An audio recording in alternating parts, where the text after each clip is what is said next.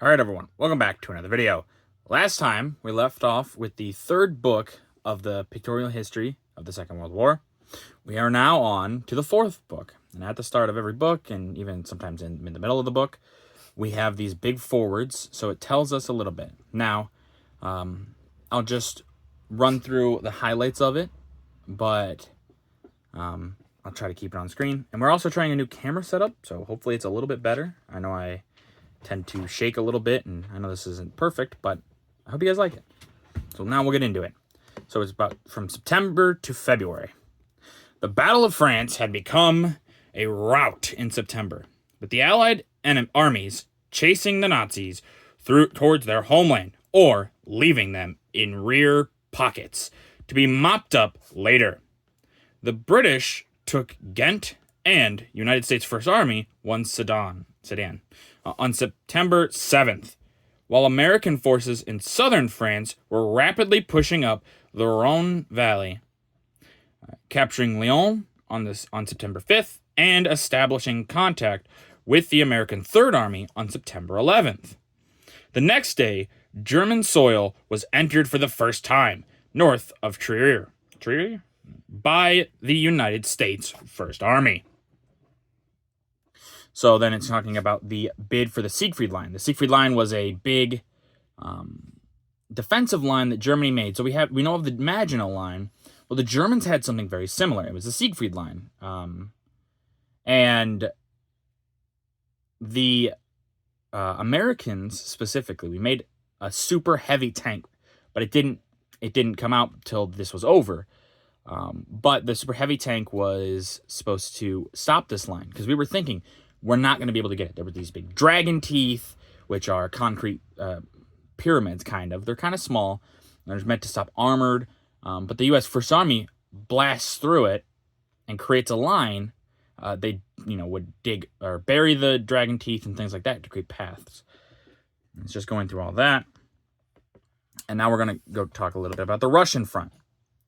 In the fall of early winter, Russian forces were still at the gates of Warsaw.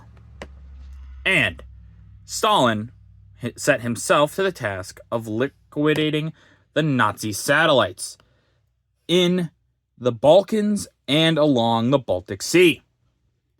Hostilities with Finland ceased on September 5th. Tallinn, capital of Estonia, was captured on September 22nd, and on October 3rd, the Latvian capital of Riga was conquered. So yeah, the Soviets, obviously, they push very hard. So here's an example. October 28th, Budapest. They captured Budapest, capital of Hungary. They also, look right there. On December 26th, the Russians swung towards Vienna. Oh, so here we go. Hungary's capital was encircled, my bad. And then by the 26th of December, they swung into Vienna.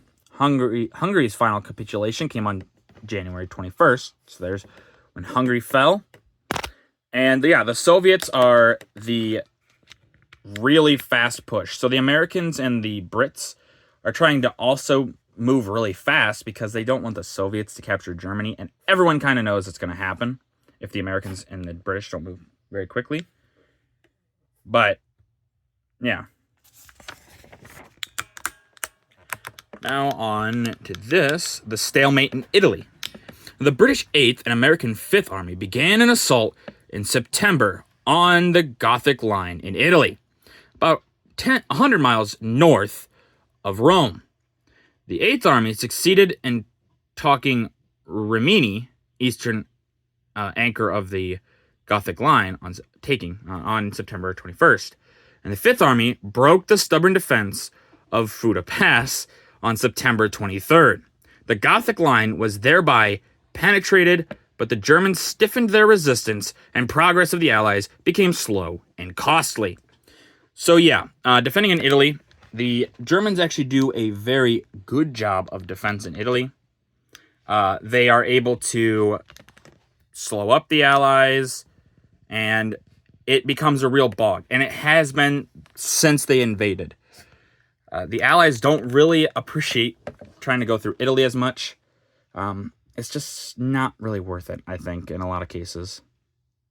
Now we're on to the advance of Japan. Advance on Japan. General Douglas MacArthur's campaign of island hopping in the Pacific continued throughout the fall and winter, accompanied by paralyzing blows to Japanese sea and air power. In September alone, the Yanks invaded Morotai Island near Halmahera and Peleliu and Angar in the Palawas group. So once again, we're talking about more island hopping. Obviously, they are moving up, and it says right here, American assault on the Philippines go to the Japanese Imperial Fleet. First sighted on October 21st, the Japanese Navy sought to converge on Light Gulf in two forces from the Sibuyan and Sula Seas. And so we can see here William F. Halsey's fleet, and they destroy the Allied. They're not the Allied. They destroyed the Japanese fleet. The Japanese fleet it's no longer as effective as it once was. They lost most of their air carriers. It's a former shell. They still have, I believe, I'm not seeing anything about the Yamato class battleships, but they still have the big battleships, the biggest ever built, but they're pretty weak. They just become basically port defense, and so the Japanese really, they had once a powerful navy. It is now no more than a shell of its former self. And finally, we're on to the CBI theater. As Douglas MacArthur passed his campaign in the Pacific, the Japanese were pursuing their conquest of China. They made headway throughout the fall, forcing American 14th Air Force to abandon its airfields in Kwoilan and Tangchok in September, and to destroy its Lichao and Ishan bases in November. But on the other side of the ledger, the British took Indao in Burma, and in January, the Chinese captured Muse, joining another Chinese force that overcame Wanting. These successes eventuated, that's about right, and reopening on January 22nd of the Ledo-Burma Road from India to China. The important supply artery was renamed the Stilwell Road in honor of that American general. So American General Stilwell, he is a big part in the Burma campaign, I believe. I have to remember, but the Japanese, they are making some gains in China, but not enough to really be winning. Not at all, actually. The Japanese are overextending themselves. They can't fight this war, and they hold on longer than the Germans, but they really shouldn't have. They're just throwing more lives into the meat grinder, and it doesn't net them anything, really. At the end of the day, they have probably a worse outcome than Germany in some ways. Some ways, not all the ways. Germany being split in two definitely is a little worse. But we're now on to... There we go. We're now on to leaders of the Allied drive to the Reich. September 3rd, 1944.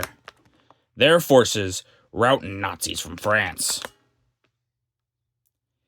As the 6th year of the war opened, Allied armies were sweeping through France to the very borders of the Reich. Along the geniuses of the great Allied offenses were, left to right, Lieutenant General George S. Patton. So, left to right. So there's Patton, commander of the U.S. Third Army. Lieutenant General Omar N. Bradley. So that's Bradley, I believe. He's in charge of the U.S. 12th Army Group. He's the commander. And then General Sir Bernard L. Montgomery. And there's Montgomery. You could definitely tell that's him. Yeah, just in his outfit. British Ground Forces commander.